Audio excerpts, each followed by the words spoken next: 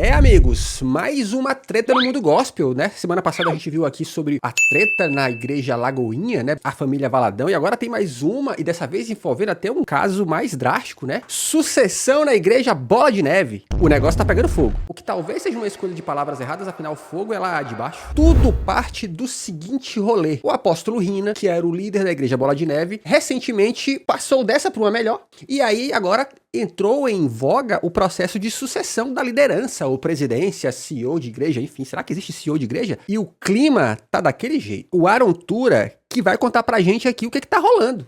Olha só essa história, pessoal. A página O Fuxico Gospel traz com exclusividade informações a respeito do sepultamento, do velório. Mais uma parada curiosa, né? Como que tem uma página gospel chamada O Fuxico Gospel, né? Do pastor Rina, mais conhecido aí como Rina. O nome dele era o Reinaldo Luiz de Seixas. Ele era líder da igreja Bola de Neve, que é conhecida aí por ser uma igreja mais jovem, que inclusive o pastor Rina casou a Sasha e o marido dela ali, o João. Ah, foi aí que a Sasha casou? A Sasha é crente?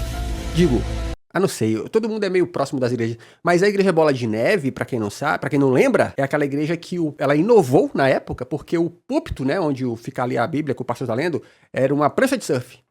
Bom, o que aconteceu? Ele morreu num trágico acidente nos últimos dias, nesse último final de semana, enquanto pilotava uma moto numa das rodovias mais movimentadas de São Paulo. Acontece que a despedida, que era para ser uma despedida ali de muita emoção, de tristeza, acabou se instaurando uma verdadeira confusão, gritaria e direito a empurrões. De acordo com a página, a Denise, pessoal, que é aí a viúva, a Denise Seixas, recebeu ali numa das salas ali um documento para ela abdicar ali de ser a líder da igreja. Automaticamente ela passa a ser a líder da igreja Bola de Neve com a morte. Caraca, no velório? Porra, caramba. Cara, isso é muito doido. No velório. Aqui, ó, assina aqui. Do pastor Rina. Acontece que ela se recusou a assinar o documento, disse que queria ler o documento, mas que foi impedida, pediu para chamar a polícia. Um vídeo circula no qual tem uma grande gritaria aí naquilo que era para ser o velório. E aí o que acontece, pessoal? Tiveram agressões, tiveram confusões, tiveram gritarias. E o que está acontecendo? O pastor, o apóstolo Rina que morreu, ele foi denunciado pela Denise em junho deste ano por ter sido agredida. Ela conseguiu uma medida protetiva, depois foi apreendida uma pistola com ele, que ele alegou por meio da defesa que era pistola para clube de tiro. Comenta. O hobby do pastor era dar tiro? Caramba! Sei lá, eu já li a Bíblia algumas vezes e não existe um incentivo claro de Jesus sobre usar pistolas. Como já era de se imaginar, olha que a gente tem notícias, informações sobre isso. Isso mesmo, o Metrópole trouxe informação aqui, ó. A confusão ocorrida durante o velório do fundador e líder da igreja Bola de Neve, Reinaldo Luiz de Seixas Pereira, conhecido como Apóstolo Rina, ainda está dando o que falar. E agora surgiu um vídeo da discussão que aconteceu em uma das salas de administração da sede na Lapa, em São Paulo. Vamos ver. Liga pra polícia. Liga pra polícia. Não tem problema. Acende a luz, por favor. E grava. Eu quero ler o documento. Então ela... ela disse, ó, quero ler o documento. Então... Pô, mas realmente, ela não tá errada aqui. Nesse país, ainda mais, assinar um documento sem ler é doideira mesmo. Deixa eu falar com o primeiro falar. Eu tô aqui. Daniela, filma aqui também, Daniela. Senhora do bem, Tá tendo um monte de... eu briguei com ela. Eu falei pra ela, querida, eu só falei, deixa eu dar uma olhadinha no documento. Ela não deixou. Só. Ela não deixou. Eu falei, não, só quero ler. O pior agora eu tô aqui pensando, que olha só, se havia essa denúncia dela sobre violência com ele, e uma medida protetiva e tal, então eu suponho que talvez ela estivesse, de certo modo, mais afastada da igreja, porque afinal de contas ele era o presidente, é natural que no momento de disputa, talvez ela estivesse um pouco mais longe. E aí eu vou chutar que, de repente, nesse momento que ela esteja mais distanciada, e eu falo isso como alguém que vem do ambiente gospel, talvez... Eu não vou nem dizer que intencionalmente, né? Porque, afinal de contas, a gente tá no campo da suposição. Mas será que, por conta disso, de alguma maneira, a igreja foi levada a vilanizá-la, tá ligado? Afinal de contas, ó, foi a mulher que denunciou o pastor, tá ligado? O pastor que deve ser muito querido, pastor e presidente. Será que ela não foi levada por conta disso a ser vilanizada e, consequentemente, criar esse climão com a presença dela, a ponto de quem quer que seja, chegou lá com um documento dizendo, ó, abdica aqui de ser presidente, não é? Será que não é isso? Fica aí essa questão. É o filho dela. Hein? Por que ela roubou o telefone da minha mão? O telefone não. Não, desculpa, eu chamei a polícia. Ela não vai sofrer por isso. Já mandei até pro delegado. Não vamos acontecer. Minha mão, se eu queria ler o documento. Eu quero que ela me explique. Vamos resolver isso agora? Deixa ela me explicar. Cara, que situação, hein? Mas se você acha que o climão acabou por aí, só melhorou. Olha só, porque ela, a Denise, né, se pronunciou a respeito durante o velório. Vamos ver isso aqui. Jesus Cristo. Tá? Como a mentira é o pai. O pai da mentira é Satanás. Não tô aqui para falar de ninguém. Só posso falar dos meus erros, dos meus pecados, porque eu sou a pior pecadora. Sim. A pior pecadora tá aqui. Ah, dá pra ver aqui, ela tá bem pequenininha aqui, ó, tá vendo? Nossa, é grande, né? Rapaz, realmente é uma mega church, porque olha só, a pessoa que tá falando tá aqui, ó, pequenininho, pequenininho. Aqui é a pior. E eu faço as minhas palavras, as palavras do apóstolo Paulo. Se eu quisesse agradar a homens, eu não seria servo de Jesus Cristo. Vivi um ano difícil, foram anos difíceis. Alguns ouviram algumas coisas, algumas suposições. Ah, é como se fosse um anfiteatro. Ah, não é só pra cima, Ok, deu pra entender aqui a arquitetura. O fato é que eu me vi diante de uma linha de fogo e não vou entrar no mérito, não vou entrar na questão. Me chamaram para ir em Fantástico, para ir para tal lugar, enfim. Agora, há muitos meses e anos, eu venho já falando sobre algo que Deus vinha me revelando a respeito de uma limpeza que precisa começar primeiramente em quem? Em mim. Esse cara foi o cara que eu mais amei na minha vida. E se eu estiver mentindo, eu quero que Satanás me mate. Eu quero que Deus me mate. Ih, limão, hein? Vou falar uma coisa pra vocês. O universo gospel é cheio de promessas muito, pelo menos da boca pra fora, tá? Muito fortes, tá ligado? É como se a palavra das pessoas não basta, elas têm que prometer. Eu quero que um raio caia na minha cabeça, eu quero que Deus faça alguma coisa se eu estiver mentindo. É tudo muito exagerado. E isso nem é só uma prática das pessoas aqui convencionais, não. Até na Bíblia tem exemplos disso. E na Bíblia, inclusive, como eu falei pra vocês, eu tenho um histórico gospel, tá? Eu manjo um pouco de Bíblia. E, inclusive, na Bíblia tem histórias de pessoas que fizeram votos muito terríveis e que depois elas foram repreendidas pelos apóstolos, assim, sabe? Apóstolos, profetas, falando assim, pô, tu não precisava, irmão. Tá maluco? Porque a vida e a morte estão nas mãos do Eterno. E não há um dia, nem um côvado sequer que Deus possa mudar essa data na minha vida e na tua. E Deus fala, louco, essa noite pedirão a tua alma que tu tens preparado. Pra quem será? O Rina E ó, dá pra perceber, ó. Aqui, ó, se você olhar bem, dá pra ver aqui, ó, a prancha de surf, ó. me deixou chateado com muitas coisas, mas eu deixei ele chateado com muitas coisas também. Estava feridíssimo. Mas essas 2 últimas semanas, eu senti falta dele. Eu senti falta do cheiro dele. Eu senti falta do abraço dele. Acreditem se vocês quiserem. Porque cada um pode fazer a leitura que bem entender. Eu senti falta dos meus irmãos. Eu senti falta da Letícia. Eu senti falta dos Santos. Eu senti falta de vocês. Domingo para mim era torturante. Se alguém quiser fazer descaso de mim, precisa fazer. Eu amo as minhas cunhadas, eu amo a minha família. Eu senti falta daqui da minha casa, porque nós somos de um templo. O pior é que também, se a gente parar pra pensar, né, tem esse rolê mesmo, né, que tipo assim, quando acontece uma situação como essa, de alguém, né, ir de arrasta pra cima, e começa esse processo de divisão da herança, existe, obviamente, um trabalho das pessoas, né, a gente vê muito isso em novela, filme, na vida real também, né, existe um trabalho dos parentes ali que nem eram tão chegados, de tentar fazer um rebrand ali na própria imagem pra haver uma aceitação melhor, né. Não tô falando que esse é o caso, mas é complicado, né. Com esse lance da denúncia de agressão da parte dela, seguramente criou-se um clima.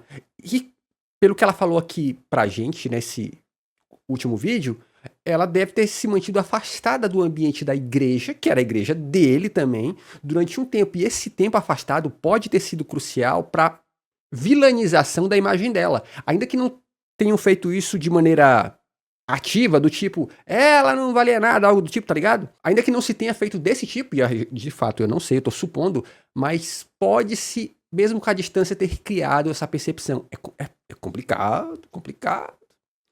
E aí, o perfil Unidos em Oração publicou aqui o pronunciamento que ela fez, a ex-esposa, ou viúva, nas redes sociais, tá? Vamos ver aqui.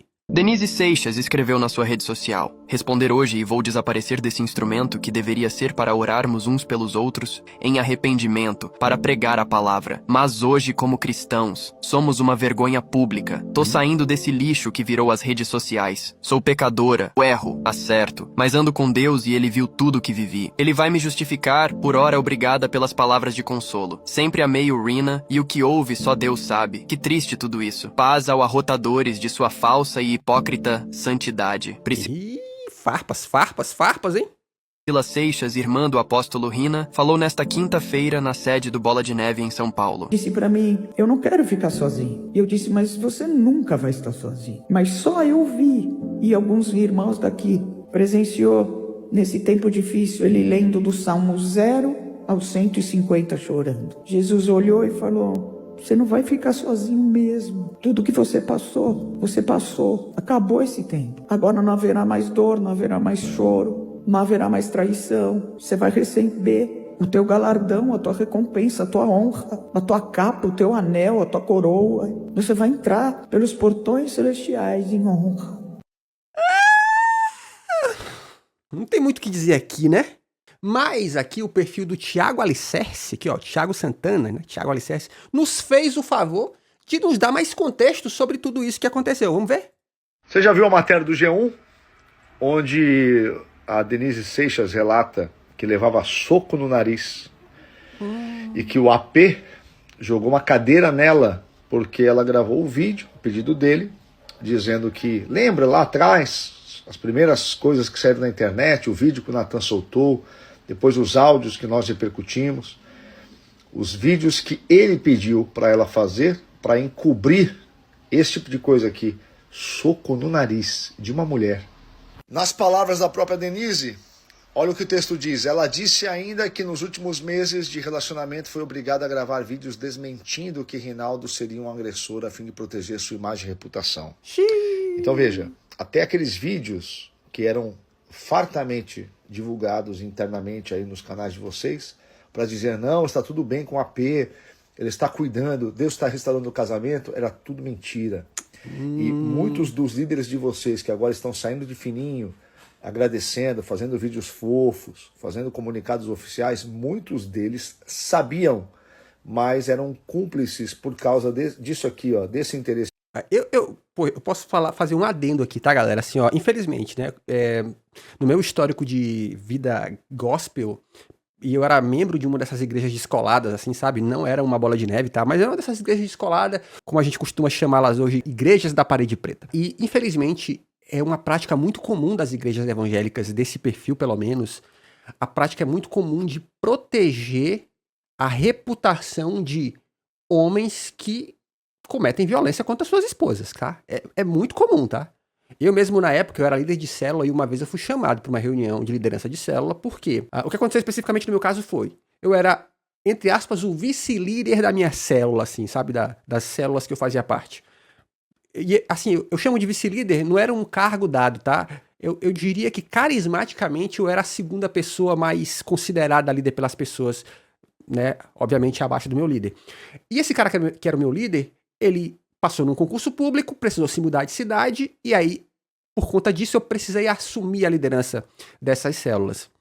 E quando isso aconteceu, logo nas primeiras semanas eu fui chamado para uma reunião na igreja que eu frequentava, porque a secretaria queria tratar comigo de um assunto. O assunto era um membro da minha célula, que namorava uma moça, tinha agredido ela, e eles queriam que eu tivesse uma conversa com esse cara.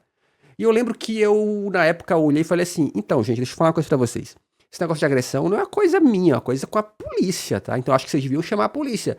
E vou já deixar claro pra vocês. Se vocês me chamarem aqui mais uma vez pra esse tipo de abordagem, eu serei o primeiro a chamar a polícia. E aí foi uma sessão de, não, pera lá, calma aí, panos quentes, panos quentes. Então, eu já vi por A mais B que existe uma preocupação em proteger a reputação de homens que são violentos com suas esposas e também uma ousadia, uma determinação em proteger o nome da igreja de conflitos. Então, tudo aquilo que eles acreditam que vai sujar o nome da igreja, eles se esforçam para proteger, tá? E é uma coisa que eu já via isso de maneira estranha. E, literalmente, foi quando eu assumi esse posto de liderança que eu comecei a ter mais proximidade com os bastidores da igreja, foi que eu fui me desiludindo, porque eu fui vendo que, pô, tinha muita coisa errada que eu não via, porque o meu líder imediato me protegia, ele não deixava a gente saber. A partir do momento que eu comecei a saber, eu fui ficando assim, ó, triste, pensando, meu Deus, tá tudo se acabando. Que foi, inclusive, o estopim que me levou a me afastar da igreja que eu fazia parte na época. Aqui. Eu fui chamado de satanista, endemoniado, ferido, o Márcio Beda também, outras pessoas. Esse papo de ferido aí, cara, é o papinho mais normal que existe nessas igrejas. Porque, tipo assim, você vê as coisas erradas acontecer, e aí é uma coisa muito comum da gente, porque, querendo ou não, você passou muitos anos da sua vida naquela prática de fé, é muito natural que você, ferido e machucado, você, de fato, você só se afasta, e porque você tenta evitar um conflito maior. E aí, quando você se afasta, eles dizem assim, ó, eles tentam construir duas imagens a seu respeito. Ou a imagem de que você saiu para ser mundano, então, como é que eles confirmam isso? É só acompanhar suas redes sociais, você começou a aparecer em festa e eles, ó lá, ó, quis viver o pecado.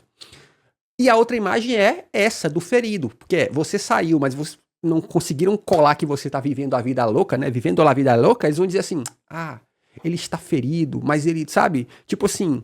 ele está guardando rancor a respeito disso, ele está machucado, ele deveria... E aí, os outros crentes começam a te olhar como se você fosse um bicho raivoso, tá ligado? Tipo assim, era legal, mas é um animal ferido, tá ligado? Fica nesse clima. É uma merda, mano. Também o próprio Natan. Mas nós sabíamos que isso estava acontecendo, e essa gente aí que oprimiu vocês com falsas doutrinas de batalha espiritual, de cura e libertação, nunca foram libertos. Complicado, hein? Complicado. Cara, e é impressionante como esse padrão de coisas se repete nas igrejas evangélicas descoladas, tá? Esse padrão de líderes que se tornam líderes de movimentos religiosos, que se tornam essas churches, que começam a serem descoladas, que atraem muita gente, consequentemente crescem, ganham muito dinheiro, e aí passado um tempo, me parece que por conta desse poder, esse dinheiro, eles se despirocam na cabeça. Tá ligado? E aí começa a virar disputa de poder, porque nesse inteirinho eles têm filhos, os filhos começam a ter briga de sucessão, e a gente vê, cara, é muito comum, cara. Olha como o padrão se mantém. É impressionante, assim, sabe? Bom, mas fica aí, pelo que nós estamos vendo, né? Quem viver verá nos próximos anos essas mega igrejas famosas do Brasil, né? Que estão passando por esse momento de renovação forçada, digamos assim.